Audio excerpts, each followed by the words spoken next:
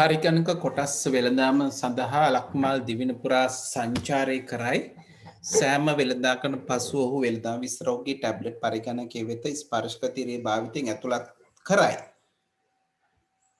දිනයේ අවසානයේදී ඔහු වෙළඳාම් පිළිබඳ විස්තර දැක්වනු ලබයි. ආදාන සහ ප්‍රතිදාන උපක්‍රමය මොකක්ද කියලා අහනවා. ඔව්. උත්තර දෙකම ස්පර්ශ තිරය වෙන්න ඕනේ.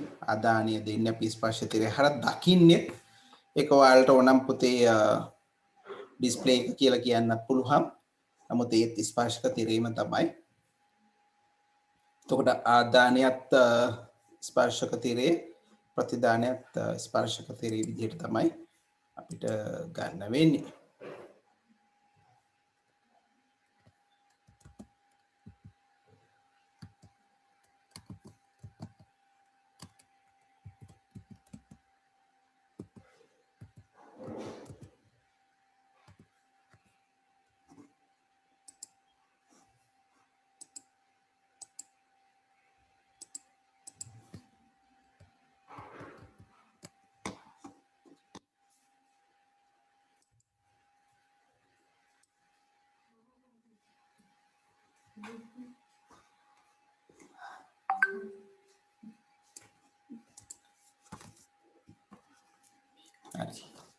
දෙවෙනි එකට යමු. දෙවෙනි එකේ අපිට බලන්න තියෙන්නේ A සහ B තියෙන කොටස් දෙක යා කරන්න තියෙන්නේ. අපි පුතේ කතා කරා අන්තර්ජාලය තුල තමයි ලෝක ව්‍යාප්ත ජාලය කියන එක තියෙන්නේ. ඒකේ හේතුව අපි කතා කරා ඒකේ තමයි සම්පූර්ණ මේ වෙබ් අඩවිවල තොරතුරු ইনফরমේෂන් කියන එක වෙබ් පිටු විදිහට අපි කියනවා හයිපර් ලින්ක් පාවිච්චි කරලා එකට සම්බන්ධ කරමින් අධිසන්ධාන පාවිච්චි කරලා සම්බන්ධ වෙලා තියෙන්නේ. ඒතර අන්තර්ජාල සේවාව කියන එකට එන්න ඕනේ ලෝක ව්‍යාප්ත ජාලය කියන එකයි. ඊළඟට වෙබ් අතිරික්සු ගැන ප්‍රශ්න අහලා තියෙනවා. වෙබ් අතිරික්සු ගැන කතා කරොත් මේ වෙබ් අතිරික්සු ගණනාවක් තියෙනවා. ඒකෙන් Google Chrome, Mozilla Firefox, Opera මෙන්න මේ වගේ විවිධ වෙබ් අතිරික්සු පාවිච්චි කරනවා. මේකට ගැලපෙන උත්තරේ ඉන්න ඕන Mozilla Firefox කියන එකයි. ඊට පස්සේ සේව් යන්ත්‍රය ගත්තහම පුතාලා දන්නවා ඒක Google වෙන්න ඕන දැන් තියෙන ජනප්‍රියතම සේව් යන්ත්‍රය. එහෙනම් ඉතුරු වෙනවා විද්‍යුත් තැපැල් මෘදුකාංගය තමයි round cube web mail කියලා කියන්නේ. මේක හරියට Outlook email වගේ email handling software එකක්. හොඳයි. තුන්වෙනි කොටසට යමු. මට කටි chat එකේ වන්න මොකද්ද උත්තරේ එන්න ඕනේ කියලා මේ පරිගණක ජාල වර්ග තුනක් දීලා තියෙන ABC කියලා. ඒ සඳහා වඩාත්ම සුදුසු ජාලයට අදාළව තොරතුරු දක්වන්නයි තියෙන්නේ. ඒක WAN-ද, LAN-ද, MAN-ද කියලා.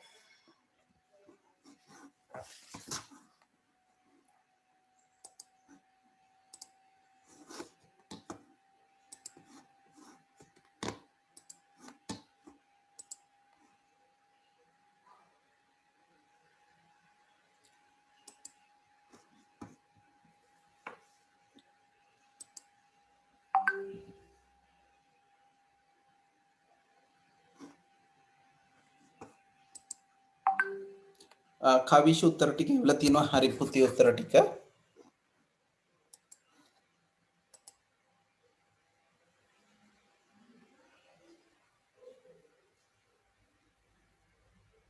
ඒකේ 7A කොටස නම් ඩිජිටල් කැමරාව නම් හරි. ස්කෑන් එකට වඩා තව දේවල් තියෙනවනේ. උදාහරණයක් CCTV නේද? එහෙම නැත්නම් වෙබ් කැමරා කිව්වහම මේක තනිකර යවන්න හැකියාව තියෙනවා.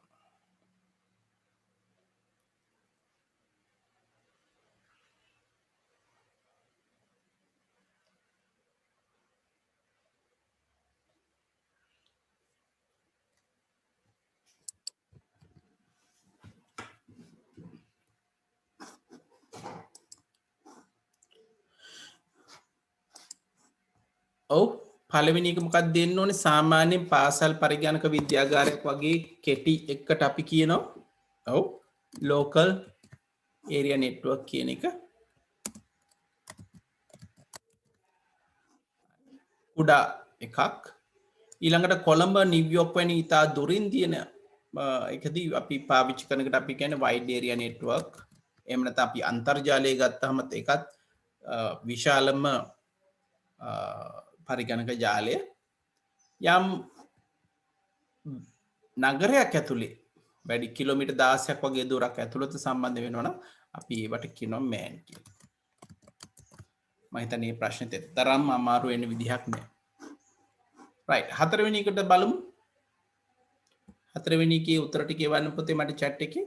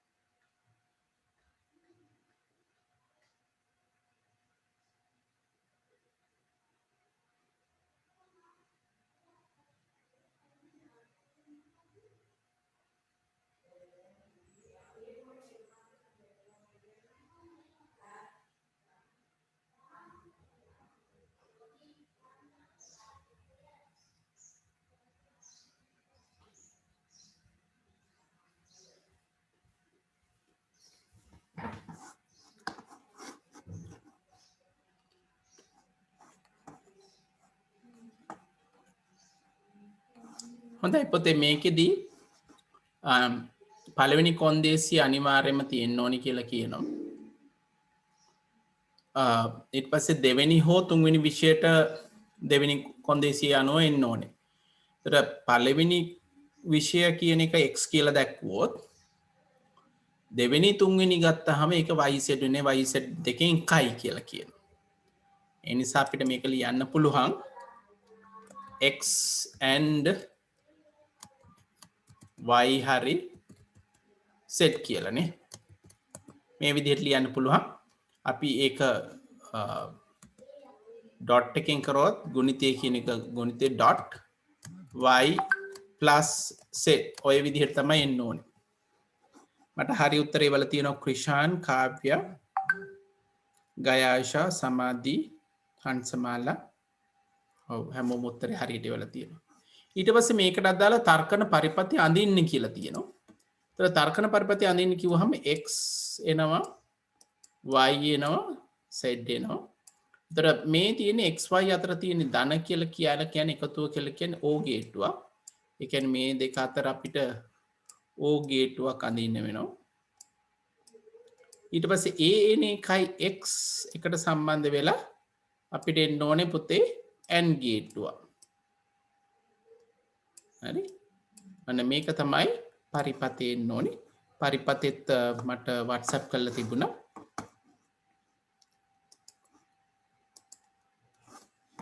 ඔව් කවිෂ මට WhatsApp කරලා තිබුණ උත්තරේ. ඊට පස්සේ හෂිනි මට උත්තරේ වල තිබුණා. ඊට පස්සේ නදිත් ඒ උත්තරේ නම් එවල නැහැ. අනෙක් උත්තර ටික එවල තියෙනවා. ඒ දක්වා ටික හරි පුතේ. දිනුක පුතා ඔව් ඒකේ හරියට ඇඳලා තියෙනවා. ඒක නෝට් කරගන්න පුතේ. මේක නදිත් පුතා මේක නෝට් කරගන්න. ඒක ගත්තේ කොහොමද කියන එක. අපි කතා කරන්නේ මෙතනදී පළවෙනි විෂය සහ එක තියෙන්න ඕන අනිවාර්යයෙන්ම සහ දෙවෙනි විෂය හෝ තුන්වෙනි විෂය 50ට වඩා වැඩි වෙන්න ඕන කියන එක එන්නේ. ඒතර O කියන එක තමයි එකතුව n කියන එක තමයි ගුණිතය. එතකොට මෙන්න මේ විදිහට තමයි උත්තරේ එන්න ඕනේ. right. ඊළඟ එක A7B ෂඩ්දශමික සංඛ්‍යාව දිමේ සංඛ්‍යාවට හරවන්නයි දීලා තියෙන්නේ. අපි මේක ගත්තොත් A7B වෙන වෙනම ලියන්න. A කියන්නේ 10 1010 7 කියන්නේ 0111 B කියලා කියන්නේ 1011 කියන එක. එතකොට අපිට එකට ලිව්වොත් 1010 0111 1011 කියලා උත්තරේ එන්න ඕනේ. බලමු කවුද හරි උත්තරේ වල තියෙන්නේ කියලා. මට හංසමාලේ වල තියෙන උත්තරේ, කාව්‍ය වල තියෙනවා උත්තරේ හරි. WhatsApp එකේ මට උත්තරේ වල තියෙන බලමු. ඔව් නදීත් හරි උත්තරේ වල තියෙනවා. ඔව් දිනුකත් ඒවල තියෙනවා හරි. කවිෂ ඒවල තියෙනවා හරි.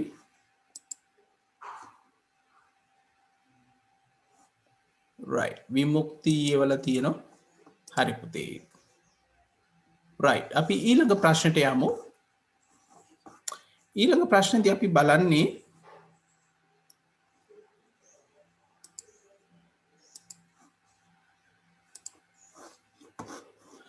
පරිගණකයේ අනුලක්ෂ කැරක්ටර්ස් සඳහා එන්කෝඩින් ක්‍රම.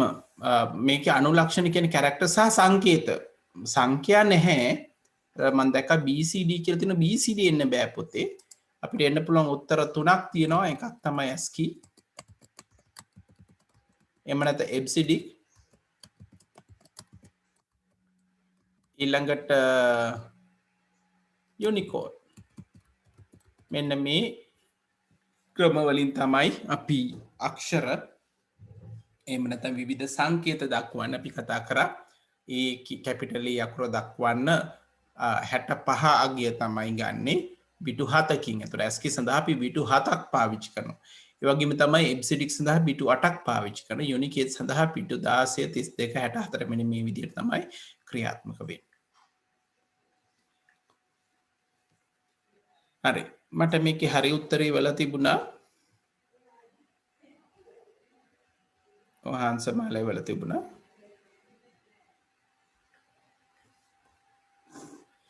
ඊට පස්සේ WhatsApp එකේ අපිට වල තිබුණා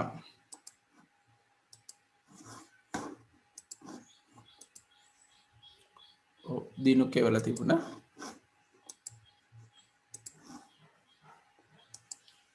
නදීත් ඔව් නදීත් හරි. කවිෂකෙත් ඔව් හරි පුතේ. right. ඊළඟ ප්‍රශ්නට යමු එහෙනම්.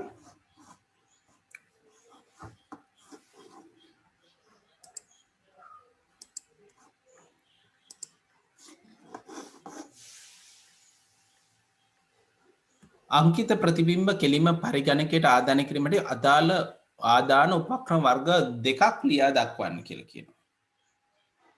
අපි කොහොමද පරිගණකයේ තුලට දෙන්න පුළුවන් කෙලින්ම දෙන්න පුළුවන් අවස්ථා තමයි අහන්නේ. ඒතර කෙලින්ම දෙන්න පුළුවන් අවස්ථා කිව්වහම ඔව් පුතාලගේ උත්තර කීපයක් කියමු බලන්න.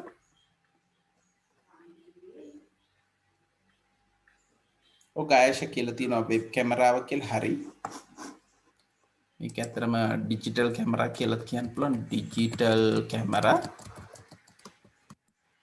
වෙබ් කැමරා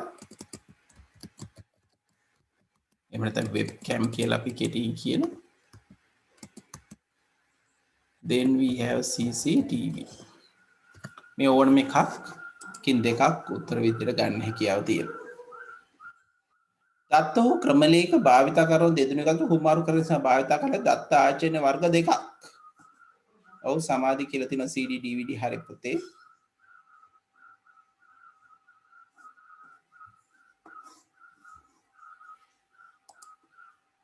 ඔව් එකක් තමයි පුතාලට පෙන් ඩ්‍රයිව් එකක් ෆ්ලෑෂ් ඩ්‍රයිව් එකක් පාවිච්චි කරන්න පුළුවන්. එහෙම නැත්නම් CD එකක් DVD එකක්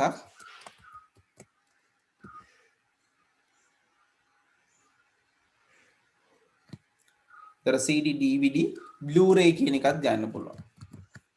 හරි අපිට දත්ත හුමාරු කරගන්න විවිධ මාධ්‍ය පාවිච්චි කරන්න පුළුවන් කියලා. හොඳයි 8 වෙනි ප්‍රශ්නට යමු.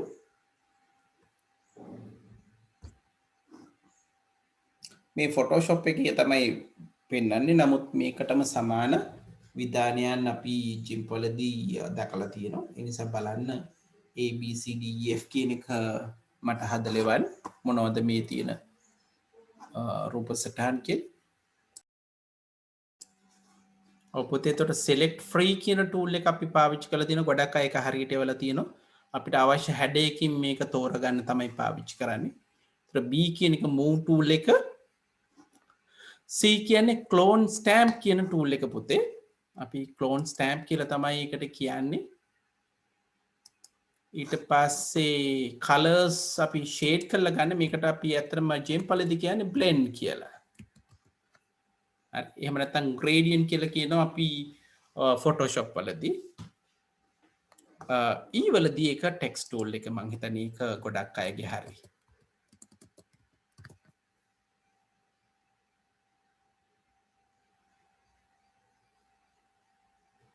අවශ්‍ය විදිහට අපිට අකුරු වෙනස් කරන්න ඕන ඔය උත්තර ටික තමයි පුතේ එන්න ඕනි.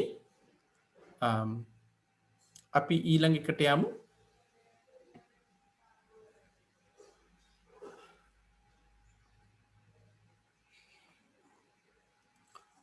මේ ව්‍යාජකේතයක් දීලා තියෙනවා. ව්‍යාජකේතේ අහනවා සම් සහ නම් පවතින අගයන් ලියන්න කියලා. අපි මේක මේ වගේ ප්‍රශ්න ගොඩක් කරලා තියෙනවා. අපි කරන්නේ කී වාරයක්ද කියන එකයි සම් අගයයි නම් අගයයි මේ විදිහට අපිට ලියාගෙන යන්න පුළුවන්. ආරම්භයේදී අපි දන්නවා සම් අගය 0 නම් අගය 10යි කියලා නේද? right. ඔව්. එතකොට අපි බලනවා නම්බර් කියන එක බිංදුවට වඩා විශාල හෝ සමානද? ඔව්. එහෙනම් පළවෙනි සැරේ ලූප් එක ක්‍රියාත්මක වෙනවා. අපි සම් එකයි නම් එකයි එකතු කරනවා. සම් එකයි නම් එකයි එකතු කරපුවාම සම් එක 10ක් වෙනවා. හරි? සම් එක 10ක් වෙනවා නේද? ඇයි 10යි බිංදුවයි එකතු කරාම 10යි. නම්බර් එකෙන් දෙකක් අඩු කරනවා. එතකොට දැන් 8 වෙනවා. 8 බිංදුවට වඩා විශාලද? ඔව්. දෙවෙනි වටය. ඔව්. 10ට එකතු කරාම 18 වෙනවා. මේක 6 වෙනකන් යනවා. ඔව් මට උත්තර ටික ටක් ගාලා හදලා දෙන්න. ඊටු ටික කරලා යන්න. ටක් ගාලා. සමාධි මට උත්තරය බලලා තිනවා.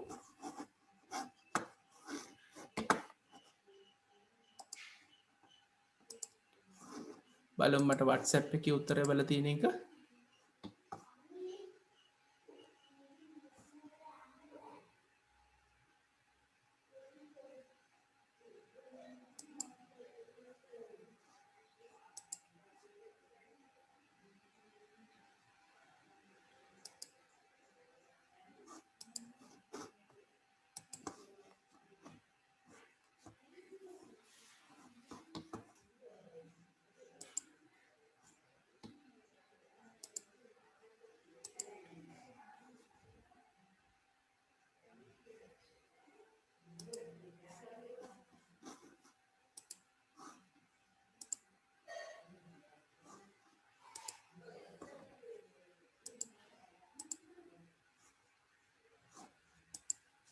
ඔව් අපි යමු එක එක මොකද වෙන්නේ කියලා කොහොමද එන්නේ කියලා බලමු.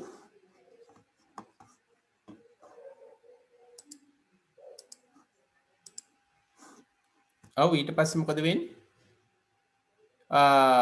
තුන්වෙනි වාරට යනවා. මොකද 6ත් බිංදුවට වඩා විශාලයි. 18යි 6යි 24යි දෙකක් අඩු නම් 4යි. 4ත් බිංදුවට වඩා විශාලයි. 4වෙනි වාරට වැඩ කරනවා. 24යි 28යි. ඔව් කීයක් ඉතුරුද? 2යි. 2 බිංදුවට විශාල වූ සමානද? ඔව්. පස්වෙනි සැරේ 28යි 2යි 30යි.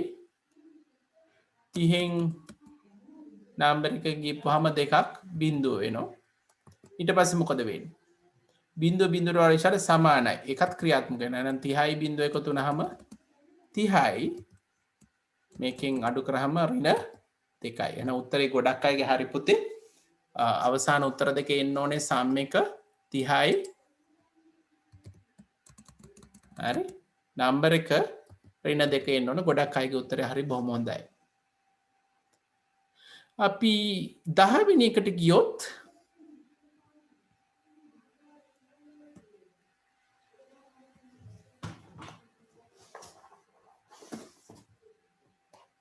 ඔව් 10 වෙනි එකට ගියොත්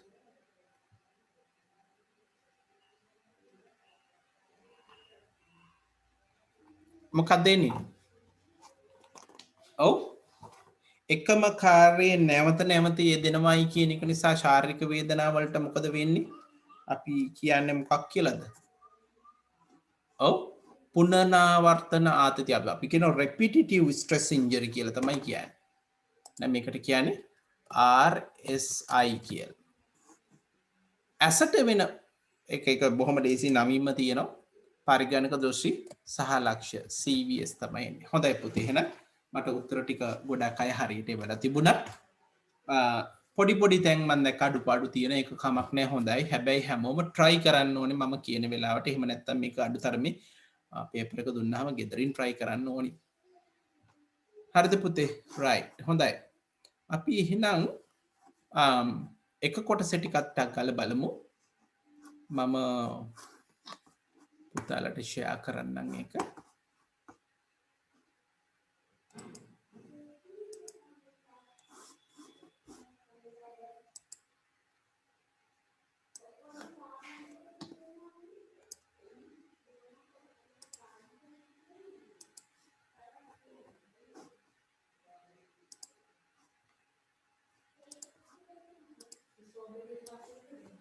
ලකුණු ගත්තහම පුතේ මෙන්න මේ විදිහේ ලකුණු වල වෙනසක් තියෙන්නේ. ලකුණු අඩුම එක්කෙනාගේ තිබ්බේ 22 වැඩිම එක්කෙනාගේ 39. මං කිව්වා හැමෝම try කරන්න ඕනේ 35ට වැඩියෙන් කියන එක. මේ පැත්තට එන්න ඕනේ. මට පේනවා කීප දෙනෙක් බොහොම ළඟ ඉන්නවා 35ට. තව චුට්ටක් මහන්සි වෙන්න ඕනේ. ගොඩක් වැරදුන ඇයි කියන එක චුට්ටක් බලන්න පුතේ. ප්‍රශ්න වැරදි වල උත්තර ඔයාලට ලැබෙනවා. තොරිය මොනවද කියලා මමත් වැඩිපුර එක්සර්සයිසස් දෙනවා. දැන් හැමෝම මේක කරලා තිබුණ නැහැ. සමහර දැන් 2014 කරපු අය ඉන්නවා. මං කෙටි ප්‍රශ්නේ එවුවනේ දිගටම නේද පුතේ? ඔක්කොම try කරපු අය කවුද ඉන්නේ මෙතන? අපි 2019 ඉඳන් කරානේ නේ? 2019 ඉඳන් ඔක්කොම කරපු අය කවුද ඉන්නේ? අද 2014ත් මං කරා. හරි? එතකොට සමහර කට්ටියගේ සටහන් වෙලා නෑ පුතේ. ලකුණු සටහන් වෙලා නෑ ඔයගොල්ලෝ කරා කියලා. මං අද පුතාලට ඒ ලින්ක් එවනවා වෙන වෙනම. ඒ කරලා නැති කට්ටිය නැවත කරන්න ඕනේ. හරි? ඒ කියන්නේ මෙහෙමයි පුතේ මේ පහුගිය අවුරුදු කීපේ ප්‍රශ්න ටික නැවත කරලා යන එක තමයි වඩා වැදගත්. මොකද ගොඩක් කිට්ටු ප්‍රශ්න තමයි පුතාලට හම්බෙන්නේ. අනික එතකොට අපි දන්න සිද්ධාන්තය වුණත් අපිට හරියට තේරුම් ගන්න පුළුවන්. එතකොට මම පුතාලට කිව්වා වගේ මෙතනදි ගන්න ලකුණු ගැන මම කාටවත් දොස් කියන්න යන්නේ නැහැ. ලකුණු අඩු වුණා කියලා. නමුත් තමුන් ඉන්න තැන දැනගන්න ඕනේ මේකෙන්. සහ මොන තැනද අපි හදා ගන්න ඕනේ කියලා. හරි. පුතාලා ඒකක් නම් ගන්න හිතන් ඉන්නේ. මගේ රෙකමෙන්ඩේෂන් එක පුතේ 35ට වැඩි කරගන්න ඕනේ. දැන් 34 ඉන්නවා 4 දෙනෙක් අද පන්තියේ 34 4 දෙනෙක් ඉන්නවා. හරි. ඒක බොහොම ළඟටම ඇවිල්ලා තියෙනවා. ඒ කියන්නේ එතකොට ලේසි දෙවෙනි පේපර් එකට වඩා කෙලින් මාර්කේ ලකුණු අපිට 35ක් ස්කෝර් කරගන්න පුළුවන් නම් ගොඩක් ලේසි. ඉතුරු ලකුණු 40 ගන්න 60 තුනෙන් දෙකක් නෙන්නේ නේ. බැරි ඒවා එන්න පුළුවන් නේ. නමුත් පුතාලට පුළුවන් එක කරගන්න. හරි. අනික අපිට ලොකු chance එකක් දීලා තියෙනවා මේ සැරේ අපිට හොඳට ප්‍රශ්න කරලා යන්න පුළුවන්. මම රිවිෂන් අය පටන් ගන්නවා. අපි තීර ටික මුලින් ඉඳන් අය පාරක් මතක් කරගෙන යනවා. ටිකක් පොඩි බ්‍රේක් එකක් එක්ක. නැත්තම් ඔක්කොම පේපර්ස්ම කරන්න බැහැනේ. අපි එක තැනකදී නවත්තලා අය අපි කතා කරපු දේවල් අය පාරක් මතක් කරගෙන යන්න තමයි අදහස් කරන්නේ. හොඳයි. පුතාලට වැරදිච්ච ප්‍රශ්න ගැන කතා කරොත් මම පේපර් එක ෂෙයා කරන්නම් මුලින්ම.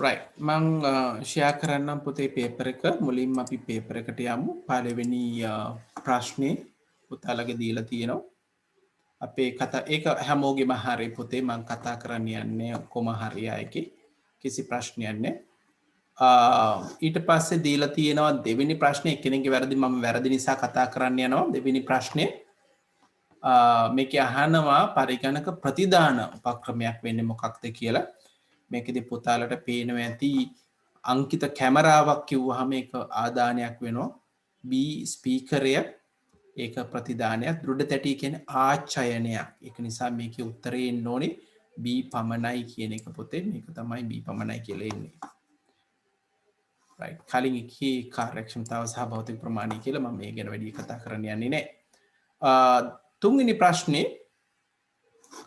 මේකත් හොඳ වැදගත් ප්‍රශ්නයක් ගොඩක් අය මේ වරදක් ගන්න තැනක් පන්ති අයන වරද්දගෙන තිබුණේ නැහැ පළවෙනි එක තමයි මේ උපදේශ සහ දත්ත එන්නේ මේ දෙකම දත්ත සහ උපදේශ උදාහරණයක් මම කියන්න දැන් දෙක එකතු කිරීම 3 කිව්වහම මේකේ දත්තේ වෙන්නේ 2යි 3යි උපදේශ වෙන්නේ එකතු කිරීම කියන එක. එතකොට මේ ඔක්කොම තොරතුරු තියෙන්නේ පොතේ ප්‍රධාන මතකයේ. හරි? එතකොට ද්විතීක ආචරණයෙන් එනවයි කියලා අපි දැන් සේව් කරනවා ද්විතීක ආචරණය තමයි තියෙන්නේ. නමුත් ඒක ඉස්සල්ලාම මතකෙට ගිහලා මතකෙන් තමයි අපිට එන්නේ. හරි? එහෙනම් මතක තියාගන්න මේකේ හරි උත්තරේ පළවෙනි එක දෙන්නෙක් විතර දෙවෙනි උත්තරේ දීලා තියෙනවා.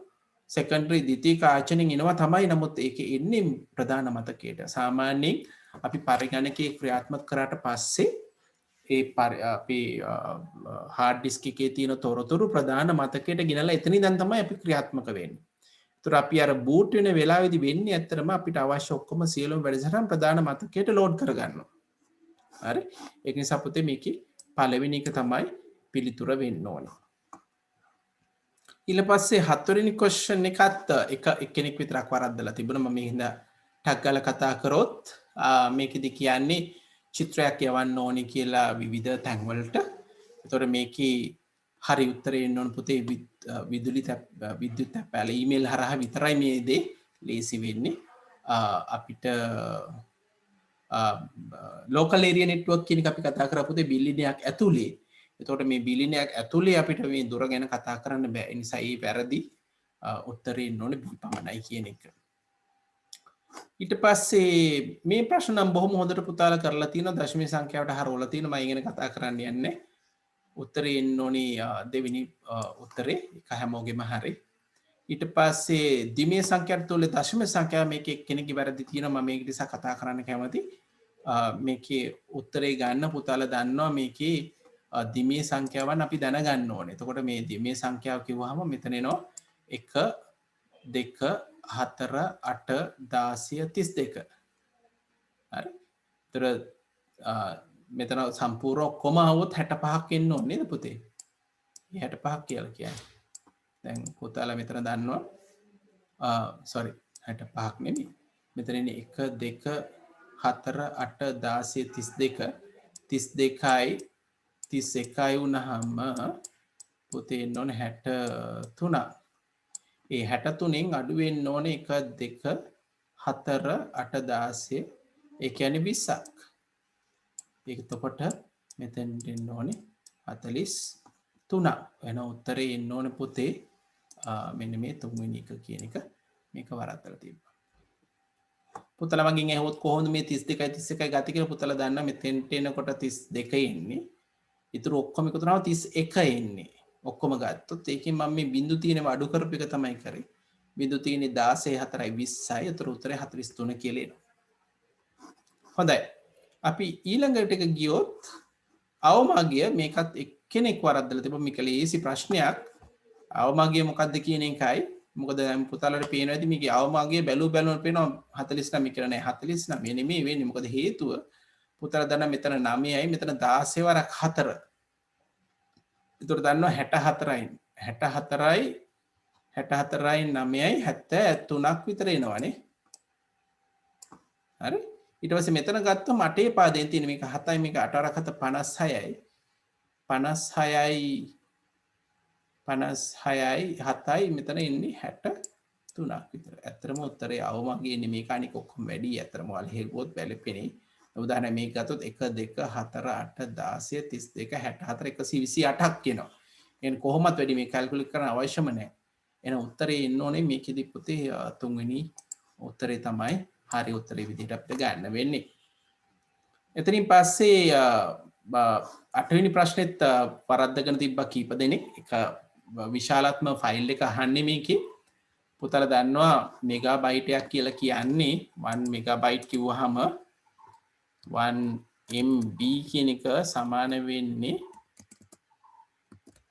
1024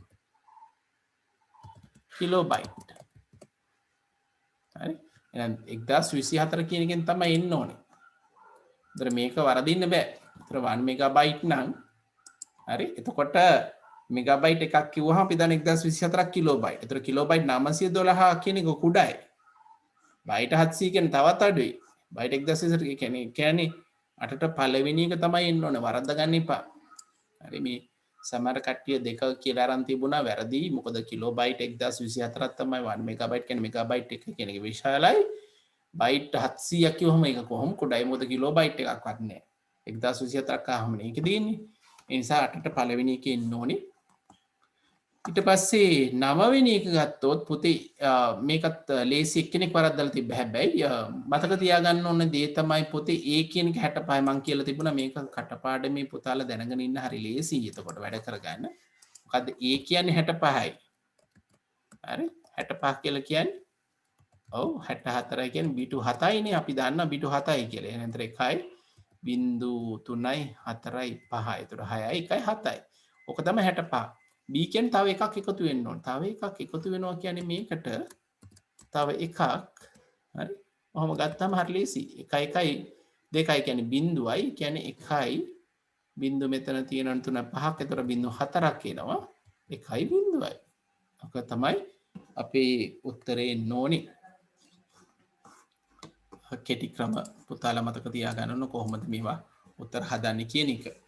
10 වෙනි එක බොහොම ලේසි ප්‍රශ්නයක් ඒකෙත් හැබැයි එක්කෙනෙක් වරද්දලා තිබුණා. පුතාලා මට කියන්න බලන්න chat එකේ වන්න මේ සංකේත හතරෙන් දක්වන විධාන හතර මොනවද කියලා. ඔව් ටක් ගාලා වැඩි වෙලා ගන්න එපා.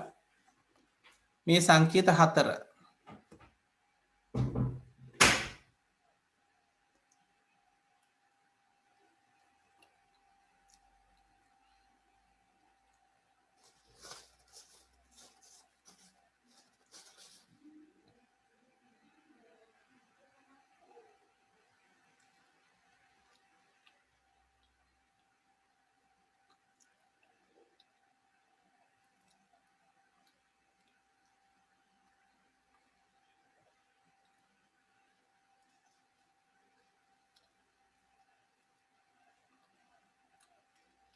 හරි පළවෙනි එක දන්නේ නැහැ කියන්නකො දෙවෙනි එක මොකද්ද කියන්නේ එහෙනම්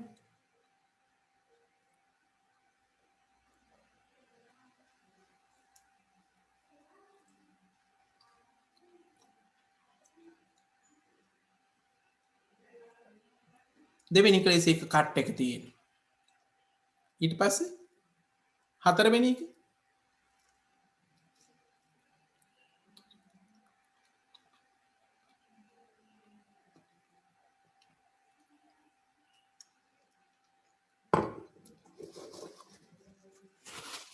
හරි පුතේ ලියා ගන්න මේ පළවෙනි එක තමයි එක ෆෝමැට් පේන්ට් පුතාලට මතක නම් යම් කිසියම් අකුරු හැඩතලයක් තවත් එක්කට ගෙනියන්න අකුරු හැඩතලයක් ඒ කියන්නේ ෆොන්ට් එකේ වර්ණය හැඩය වගේ ඒවා ගෙනියන මේකට කියන්නේ ෆෝමැට් පේන්ට් කියලා. හරි. මේක කට්. මේක තමයි non printing characters කියලා කියන්නේ. උදාහරණයක් විදිහට enter key එක පෙන්නන්නේ මෙන්න මේ සංකේතේ. non printing characters.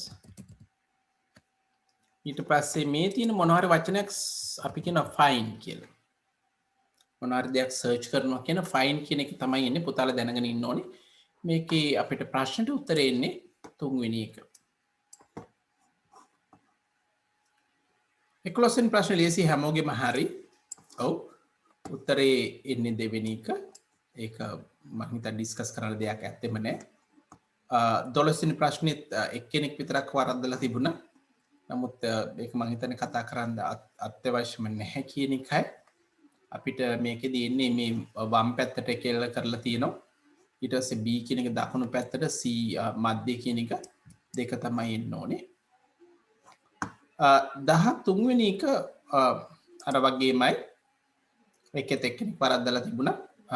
ප්‍රශ්නේ අහන්නේ මේ පිටපත් කරේ නම් ඒ 5 කෝෂයට කුමන අගයක් හම්බෙනවද කියන එකයි. දැන් මේක තියෙන්නේ ඒ 4 කියලා කිව්වා. ඒ 4 කියන්නේ මෙතන මේක ඒ 5 කෝෂයට දුන්නොත් ඒ 5 කියන්නේ එකක් පල්ලෙහාට එකක් පල්ලෙහාට ගියොත් පුතේ මොකද්ද වෙන්නේ කියන එක අපි දන්නවා. එකක් පල්ලෙහාට ගියා කියන්නේ පේලිය වෙනස් වෙන්න ඕනේ. හැබැයි මේ ඩොලර් තියෙන නිසා ඒක වෙනස් වෙන්න බෑ. පේලිය වෙනස් වෙන්නෙත් නැහැ. එතකොට පල්ලෙහාටනේ යන්නේ. එතකොට ඒ වෙනස් වෙන්නේ 3 කියන එකට 4 එනවා. එතකොට මෙතනදී එන්නේ අගය ගත්තාම A2 කියලා කියන්නේ 2යි. ඒකට A4 කියලා කියන්නේ 6යි.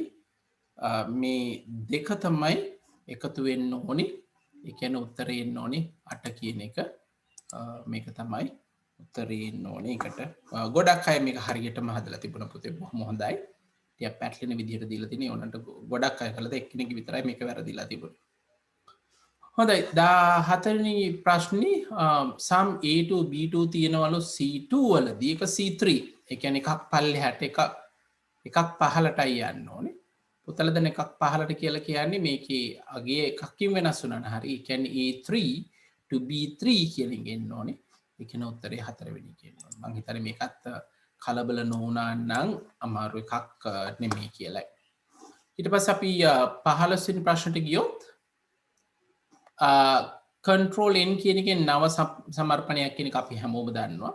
control n කියන එක control m ගත්තොත් තවත් ස්ලයිඩ් එකක් හම්බෙනවා. මේක try කරලා බලන්න පුතේ. control m කියන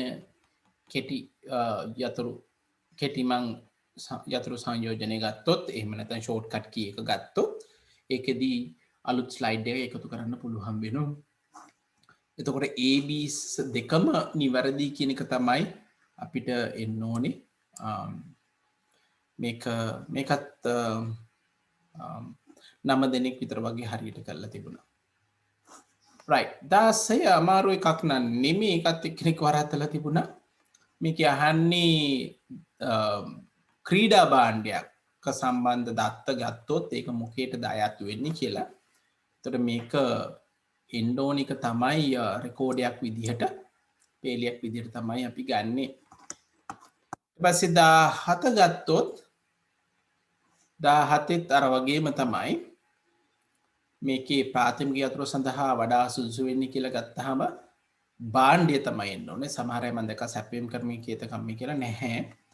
භාණ්ඩයේ කේත අංකය කියන එකේ එන්න ඕනේ. මොකද ඒකේ යම් කිසි අපහසුතාවයක් වුණොත් ඒකෙන් අපිට පුළුවන් වෙන්න ඕනේ ගන්න. right. අපි ඊළඟට ගියොත් 18 වෙනි ප්‍රශ්නේ 18 වෙනි ප්‍රශ්නෙත් ගොඩක් අය හරියට කරලා තිබුණා. මොකද්ද මේ සම්බන්ධතා දත්ත සමුදායකයක් කියලා කියන්නේ අපි කියනවා වකු එකක් දෙකක් හෝ කීපයක් අතර සම්බන්ධතාවය තමයි මේ සම්බන්ධතා දත්ත සමුදායක දක්වන්නේ කියන එක තුන්වෙනි එක වෙන්නම ඕනේ. 19 වෙනි ප්‍රශ්නය මේක කීප දෙනෙක්ගේ වරදලා තිබුණා. හරි මේක කීප දෙනෙක් වරද්දලා තිබුණා පටලගෙන තිබුණා. මේක අහන්නේ පරිගණක ඇති ගොනු සම්බන්ධයෙන් වගන්ති අතරින් කොබක් වැරදි වේද කියලායි. මොනවද වැරදි කියලායි අහන්නේ. හරි එහෙනම් පරිගණකයේ දත්ත ගබඩා කිරීම සඳහා ගොනු භාවිතා කරනවා. අපි මේ ෆෝල්ඩර්ස් හදනවා කියන එක පළවෙනි එක හරි වෙන්න ඕනේ. ගොනුවක නම වෙනස් කළ හැකිය. ඔව් වෙනස් කරන්න පුළුවන්. වැරදි දේ තමයි අහන්නේ. ගොනුවක් තුල ෆෝල්ඩර් නිර්මාණය කළ හැකිය. හතරවෙනි එක ගොනුවක නමක ඩොක් හෝ ටෙක්ස්ට් වැනි දිගුවක් තිබිය හැකිය. ඒතර හතරවෙනි එකත් හරි. right තුන්වෙනි එක බලන්න ගොනුවක් තුල ෆෝල්ඩර් බෑ අපිට ෆෝල්ඩර් එකක් තුල ගොනුවක් අපිට නිර්මාණය කරන්න පුළුවන්. ඒ නිසා තුන්වෙනි එක තමයි මේකේ ආන්සර් විදිහට ගන්න පුළුවන් වෙන්නේ. අපි 20 වෙනි එකට ගියොත් 20 වෙනි එක ගොඩක් අයගේ හරියට 3 දෙනෙක් විතර වරද්දලා තිබුණා. අපි ක්‍රමලේඛයක් සිද්ධ වෙන පියවර මේක අපි පන්තිදී පටන් ගන්නම දවසේ කතා කරා මොනවද පියවර වෙන්න ඕනේ කියලා. එතකොට මේකෙදී පුතේ ප්‍රථමයෙන්ම අපි ආරම්භ වෙන්න ඕනේ මේ අවශ්‍ය ගැටලුව විශ්ලේෂණය කරලා. ආදාන මොනවද ප්‍රතිදාන මොනවද කොහොමද ආදාන ප්‍රතිදාන වලට පරිවර්තනය වෙන්නේ කියන එක ආරම්භ කළ තමයි පටන් ගන්න ඕනේ. ඊට පස්සේ ඒකට සුදුසු අපි ගන්න ඕනේ ඇල්ගොරිතමයක් සකස් කරන්න ඕනේ. ඊට පස්සේ ක්‍රම ලේඛනයක් ලියන්න ඕනේ. ඊට පස්සේ පරිගණක ක්‍රම ලේඛ අත්හදා බැලීම තියෙන්න ඕනේ. එහෙනම් පුතේ මේකේ හරි උත්තරේ විදිහට අපිට සලකන්න වෙන්නේ තුන්වෙනි එක. 21 වෙනි ප්‍රශ්නේ ගත්තොත්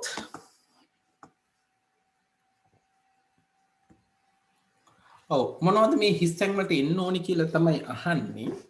ඒතර මේකේ අහපුවාම පියවරෙන් පියවර වෙන ක්‍රියාවලිය අපි දන්නවා අනිවාර්යයෙන්ම ඇල්ගොරිතමය කියලා. ඒ කියන්නේ කො එක වෙන්න ඕනේ එහෙම නැත්නම් තුන්වෙනි එක තමයි අපිට ගන්න වෙන්නේ. එක හෝ තුන කියන එක තමයි අපිට ගන්න වෙන්නේ උත්තරේ. ඇල්ගොරිතමයක් වෙන්න ඕනේ. එන ව්‍යාජකේතයක් පරිගණක භාෂාව කුමක් මතද? කාරක රීති සින්ටැක්ස් තමයි වෙන්න ඕනේ. එහෙනම් පුතේ එතනින්ම අපිට උත්තරේ තුන්වෙනි එක කියලා එනවා. හතරවෙනි එකට දාලා බැලුවොත් චිත්‍රක නිරූපණය තමයි අපි ගැලීම් සටහනෙන් දක්වන්නේ. 22 ගොඩක් අය වරද්දලා තිබුණා පුතේ. මේක තරම් ඔයාලට අමාරු වෙන්න බෑ නමුත් වරද්දගෙන තිබුණා. මේකේ මොකද වෙන්න ඕනි කියන එක චුට්ටක් බැලුවොත් අහන්නේ සුදුසුකම් ලබන අය නේ සුදුසුකම් කියන්නේ qualified for interview කියන එක නේද? මෙන්න මේක තමයි අපි හොයන්න ඕනේ. qualified for interview. ඔව්. මොකක් වෙන්න ඕන දෙයකට? වයස 21කට වැඩි වයස 21යි 40යි අතර වෙලා එන්නේ එක උස 155ට වැඩි වෙන්න ඕනේ. එහෙම නැත්නම් බර 55ට වැඩි වෙන්න ඕන.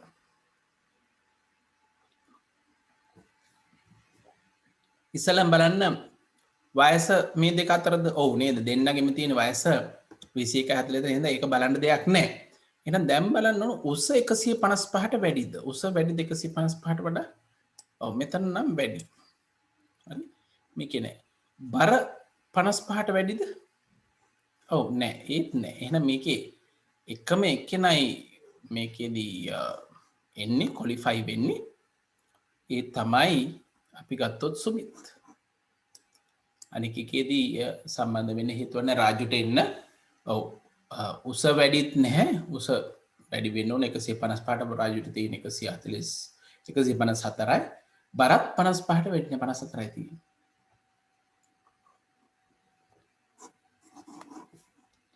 හොඳයි ඊළඟ ප්‍රශ්නට ගියොත් මේකේ තර්කන ප්‍රතිපත්ති ගත්තොත් පුතේ මොනවද නිවැරදි වෙන්නේ කියලායි අහන්නේ.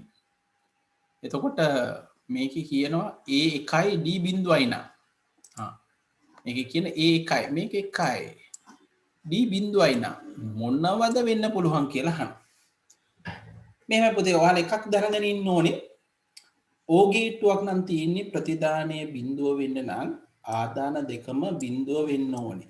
ආදානම දෙකම බිඳුව වෙන්න නම් මේක එකක් නම් අනිවාර්යයෙන්ම මේක බිඳුව වෙන්න ඕනේ ගුණිතයේදී. ඊට මේක not ගේට්ටුවක් තියෙන නිසා මෙතන බිඳුව වෙනවා. අපි දැනගන්න මේක එක වෙන්න ඕනේ. ඒ කියන්නේ B බිඳුව වෙලා C එක වුණොත් තමයි මේක හරියට එන්නේ. ඒක නිසා අපිට දෙවෙනි එක තමයි මේකේ උත්තරේ විදිහට ගන්න ඕනේ. B බිඳුව සහ C එක වෙන්න ඕනේ කියන එක. right 24 වෙනි ප්‍රශ්නෙට ගියොත් මේකත් හොඳ ප්‍රශ්නයක් වරද්දගෙන තිබුණ කට්ටිය මොකද්ද වෙන්න ඕනි කියලා අහනවා. හරි මුලින්ම කියනවා C වලගේ මොන වුණා A බිඳුවයි නම් D එකයිලු A බිඳුවයි නම් A බිඳුව කියන්නේ මේක බිඳුව C මොන වුණත් මේක එක වෙනවලු. එහෙම වෙන්න පුළුවන්ද? බැහැ නේද? මේ දෙකෙන් එකක් හෝ එක වෙන්න ඕනේ. හරි එහෙනම් අනිවාර්යෙන්ම ඔව් දෙකෙන් එකක් එන්න ඕනේ. ඒ නිසා පළවෙනි එක ගන්න බෑ. ඊළඟට කියනවා A1යි D1යි කියලා. A1යි D1යි කියලා ගත්තොත් හරි එන එකතුව එක වෙන්න නම් A1යි නම් BC කුමක්වත් නැහැ. කුමක්වත් වෙන්න බෑනේ. එයි AB ගුණිතයත් බිඳුව වෙලා C බිඳුව වෙන්න පුළුවන්. එහෙම අහම AC වෙලා ගිය කුමක්වත් B බිඳුවයි D බිඳුවයි කියලා. ඔව් අවසානට කියනවා C බිඳුව උනොත්. C බිඳුව උනොත් අපි දන්නවා C බා කියන්නේ 1යි. AB මොනවා වුණත් මේක එකතුවක් තියෙන්නේ. මේ මොකේට එක එකතු කරා උත්තරේ එක වෙන්න ඕනේ. ඒ නිසා පුතේ මේකෙදී 4 වෙනි උත්තරේ තමයි සලකන්න වෙන්නේ.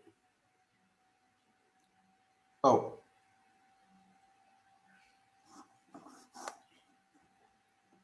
මේකේ කී වාරක් ක්‍රියාත්මක වෙනවද කියලා එක අහන්නේ. අපි අර කලින් කතා කරපිකම තමයි. ඇත්තට මේක ගොඩක් කිට්ටුවේ සමානාගයක් තමයි දීලා තියෙන්නේ. ලූපය කී වාරයක් ක්‍රියාත්මක වෙනවද කියන එකයි අහන්නේ. හරි. ඒතර මේ ප්‍රශ්නෙට උත්තරේ දෙන්න පුතාලා අතරම මේ වගුව ඇඳගත්තා නම් ගොඩක් ලේසි වෙයි. හරි.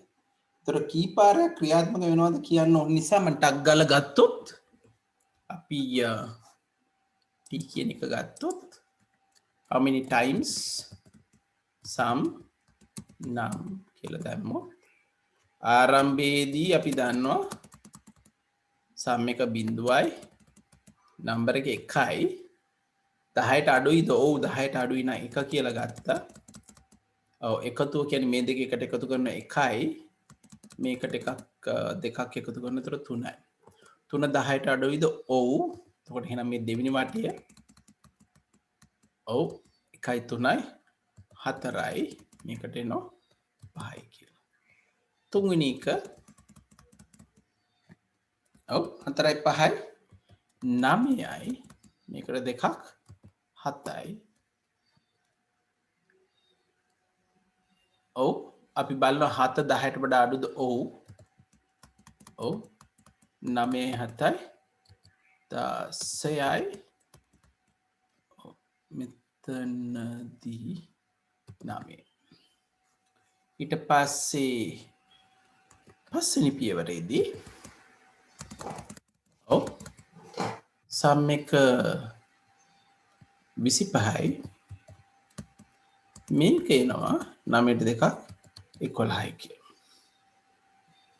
එහෙනම් මේ 11 කියන එක ආපස්සට ගියොත් ඒකට එන්නේ නැහැ. එතනින් ඉවත් වෙනවා. එතකොට අපිට උත්තරේ එන්න ඕනේ කී පාරයක් ක්‍රියාත්මක වුණාද කියවම 5 සැරයක් මේකෙදි ක්‍රියාත්මක වුණා. එන්න 5 සටහන් කරනවා. නම් වල අගය මේ ව්‍යාජකීයතේ ක්‍රියාත්මක වුණාට පස්සේ නම් කියන එකේ අගය මොකද්ද කියලා අහනවා. ඔව්. ඒකත් අපි දන්නවා අන්තිමට ගත්තාම 11න් උත්තරේ එන්නේ. ඒතොර මෙතෙන්ටම උත්තරේ ගන්න පුළුවන්. ඊට පස්සේ ඉරටේබල් සංඛ්‍යා ගන්න ඕන නම් මොකද කරන්න ඕනේ කියලා අහනවා. හරි සරලයි. මේක ඔත්තේ කියන්නේ එකකින් පටන් ගත්තා නම් මේක දෙකෙන් පටන් ගන්න ඕනේ කියන එකයි වෙන්න ඕනේ. ඒක ඇත්තරම මෙතන තමයි අපිට සල්කන්න තියෙන්නේ. right 28 ගොඩක්ම අය වරද්දලා තිබ්බා. මේක බොහොම ටික දෙනාගේ. ඒ කියන්නේ පන්තිය ගත්තොත් එහෙනම් බොහොම ටික දෙනෙක් තමයි හරි ගිහිලා තිබුණේ. එකක් තමයි පුතේ මේ do සහ until කියන loop දෙක ටිකක් පැටලෙන දෙකක්. until කියලා එක આવොත් සාමාන්‍යයෙන් වෙන්නේ condition එක අසත්‍ය වෙනතුරු ක්‍රියාත්මක වෙනවා. හරි? අසත්‍ය වෙනතුරු. අසත්‍යයි නම් ඔන්න ක්‍රියාත්මක වෙනවා. සත්‍ය වෙච්ච ගමන් මේක නවතිනවා. හරි? එතකොට do until කියලා condition එකක් තිබුණාම මේක අහන්නේ කී පාරක් ක්‍රියාත්මක වෙනවද කියලා. condition එකක් තියෙනවා. එන condition එකක් තියෙනවා මේක ක්‍රියාත්මක වෙන්නත් පුළුවන් නොවෙන්නත් පුළුවන්. ඒතර අපිට කියන්න පුළුවන් මේක කසරයක්වත් ක්‍රියාත්මක වෙයිද කියලා. එහෙම කියන්න බෑ. එක හෝ දෙක අඩුම බෑ. එහෙම කියන්න බෑ ඒ වලදී. හරි? ඒ වගන්තියදී කියන්න බෑ ඒක. දෙවෙනි එකේදීත් අපිට ඒක එහෙම කියන්න බෑ. දෙක ක්‍රියාත්මක වුණාම මේක මෙහෙම වෙනවයි කියන එක කියන්න බෑ. තුන්වෙනි එක දෙවෙනි වගන්තිය ගත්තොත් පුතේ do තියෙන්නේ අන්තිම until තියෙන නිසා මේක අනිවාර්යයෙන් මේක වරක් ක්‍රියාත්මක වෙනවා. ඊට පස්සේ 4 අපි කියන එක වගන්ති හා දෙක වගන්ති දෙකම නිශ්චිත වාර සඳහා ක්‍රියාත්මක වේ කියලා. අන්න ඒක තමයි අපේ 4 වෙනි එක තමයි පුතේ හරි උත්තරේ එන්න ඕන. right 29 29:30යි කරලා පුතේ අපි අදට නතර කරමු. අන්තර්ජාලයේ සෑම පරි අනන්‍ය ලිපිනේ අපි දන්නවා ඒක අයි පිළිපිනේ හැමෝගෙම හරි පුතේ මේක බොහොම හොඳයි. ඊට පස්සේ ඊළඟිකත් හැමෝගෙම හොරයි. ප්‍රොටෝකෝල් එක කිව්වහම අපි දන්නවා ඒක HTTP කියන එක තමයි එන්න ඕනේ. හොඳයි පුතේ මම අදට එතනින් නතර කරනවා. එහෙනම් 2014 එක කොටසේ ප්‍රශ්න තව 10ක් කතා කරන්න තියෙනවා. ඊට ටික කතා කරලා ඉවරයි.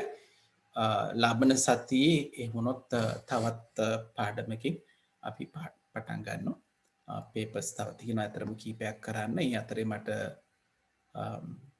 ප්‍රොවින්ෂල් පේපර්ස් කිහිපයකුත් කරවන්න ඕනේ. ඉස්කෝලේදී සාමාන්‍යයෙන් ඒගොල්ලෝ අහන ක්‍රමය මොකක්ද කියන එක බලන්නත් එක්ක. හොඳයි පුතේ එහෙනම් අපි